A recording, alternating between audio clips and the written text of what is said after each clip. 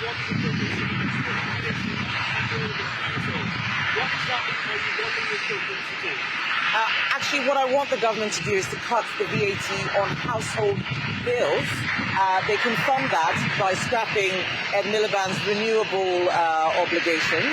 We have a cheap power plan that will actually deliver lower bills, scrapping VAT for 3 years, scrapping those green taxes that are making energy so expensive, and of course drilling our own oil and gas in the North Sea. That could help us increase supply and help bring prices down, especially on gas, which could be on stream before winter, heating 1.6 million households. Now, you seem to be arguing that drilling the North Sea would increase tax receipts, which would in turn be used to offset bills. That's not the case, is it? It very much is the case. We need to drill oil and gas in the North Sea. Anyone who's telling you that there's no oil and gas to drill should answer the question, if there's nothing to drill, why are they banning the new drilling? The fact of the matter is, we need oil and gas for our economic security, our financial security, our energy security. We are losing jobs, 1,000 jobs a month in the oil and gas industry. I'm standing here at Huntsman. This is a chemicals factory. They are deindustrializing. They say we need to drill our own oil and gas. It's all part of the supply chain. They're very worried that we're losing our manufacturing sector. We're losing our chemical sector. Everybody is saying we've got to do this. Even Renewable UK, GMB, the union, Tony Blair, even Rachel Reeves today has said she wants to see the licenses for Jackdaw and Rosebank. She wants to see drilling. Everybody is saying this except Ed Miliband. That's the person who's really running the government, not Keir Starmer. On that, energy prices are rising partly due to the instability in the Strait of Hormuz. Does the disagreement between Rachel Reeves and Ed Miliband on North Sea oil and gas weaken Labour's credibility on energy security? The disagreement between Rachel Reeves and Ed Miliband is destroying Labour's credibility, because we have a Prime Minister who's trying to look like a big statesman on the world stage, but he can't even manage his cabinet. The fact of the matter is, there is an energy crisis. We need to use British energy. Yes, that means renewables and nuclear, but it also means drilling our own oil and gas in the North Sea. The fact that even the Chancellor can see that this makes sense and the Energy Secretary is saying no shows that Keir Starmer is not in control of his cabinet. We've got a cheap power plan. We've got a Get Britain drilling campaign that's showing exactly what needs to be done.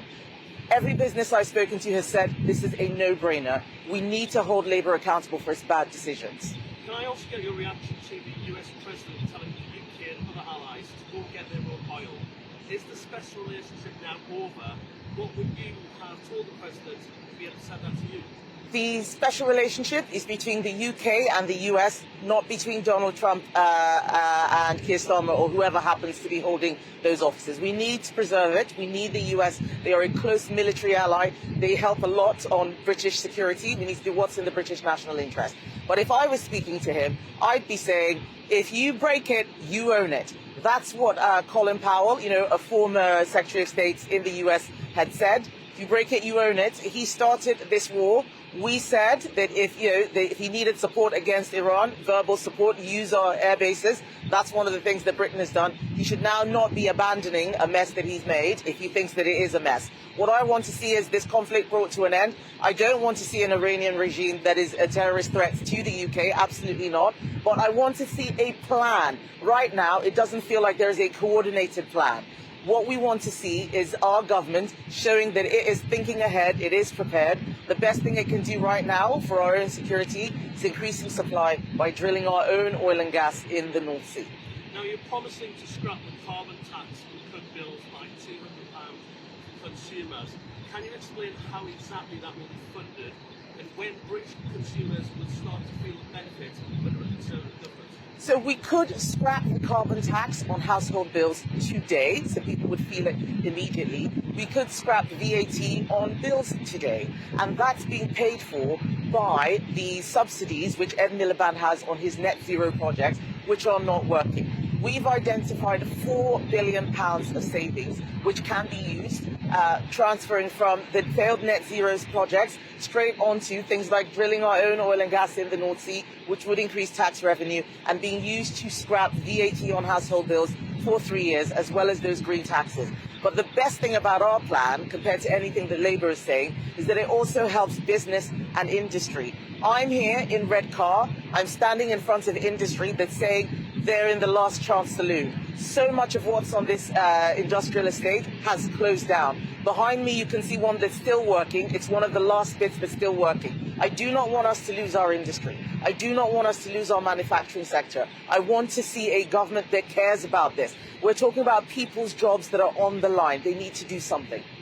And on Reform UK, Reform's housing spokesman has reportedly said everyone dies in the end, while criticising post-Grenfell safety measures.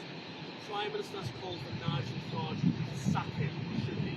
I think I heard that Nigel Farage has already sacked him, and I'm not surprised. I said at the beginning of this year that Nigel Farage was doing my spring cleaning. A lot of these people who have gone to Reform are problematic people, all of these defectors. They're his problem now. They're flip-flopping all over the place on all sorts of policies. I think people can see that the Conservative Party is the only serious party. Dealing with issues like Grenfell requires a composure and a professionalism that is simply lacking with Reform. All we're seeing with them is chaos. That was a disgraceful comment. You can't just say everyone dies when a tragedy occurs. You want to know that you've got a government that's going to be taking those issues very seriously. And the Conservative Party is the only credible alternative to the Labour government right now. And finally, Reform UK have also announced today that they plan to keep the triple lock should they be elected into government. Will you make that same commitment today? Well, I think this is yet another example of Reform flip-flopping. First they said they were looking at scrapping the triple lock. Now they're saying they think they're going to keep it. The Conservative Party has been very consistent. The triple lock was our policy. We want to see policies that create growth. Getting people off welfare and into work is a growth measure. If we were growing, we wouldn't even be talking about the triple lock. When Conservatives came in 2010, Labour had left a lot of pensioner poverty. I don't want to see pensioners in poverty. We do need to make sure we can cut down our welfare bill. The first place to start is with the huge numbers of people who are on out-of-work benefits. This week, we heard for the first time that we are paying more in welfare than we're earning in income tax. That's completely crazy. We have to fix that.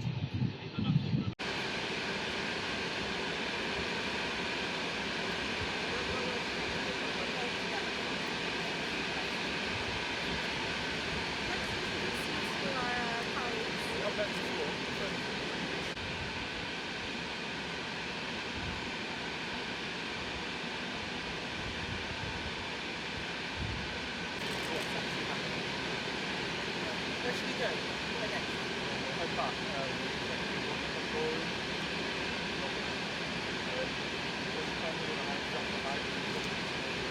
This is still working.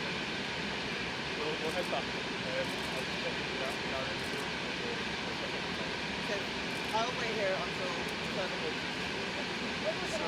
Like going back to study. You don't think that that's I don't think that's what that was not what people signed up for. That's not what people signed up for.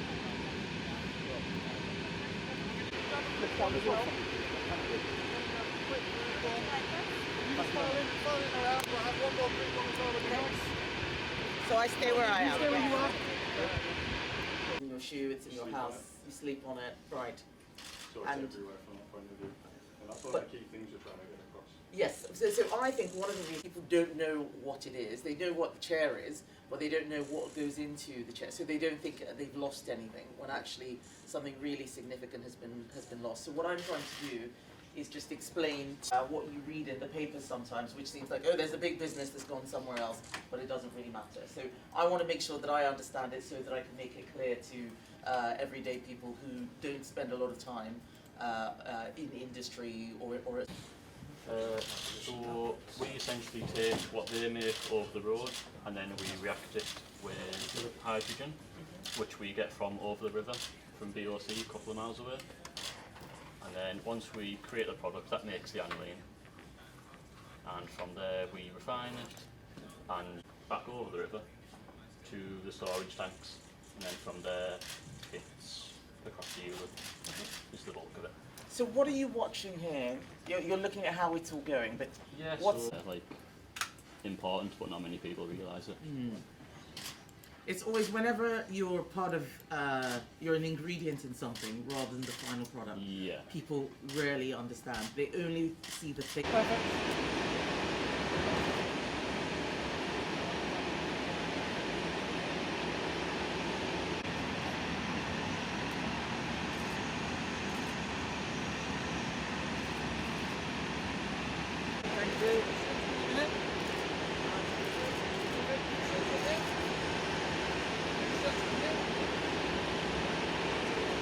Lovely. Thank you. Thank you.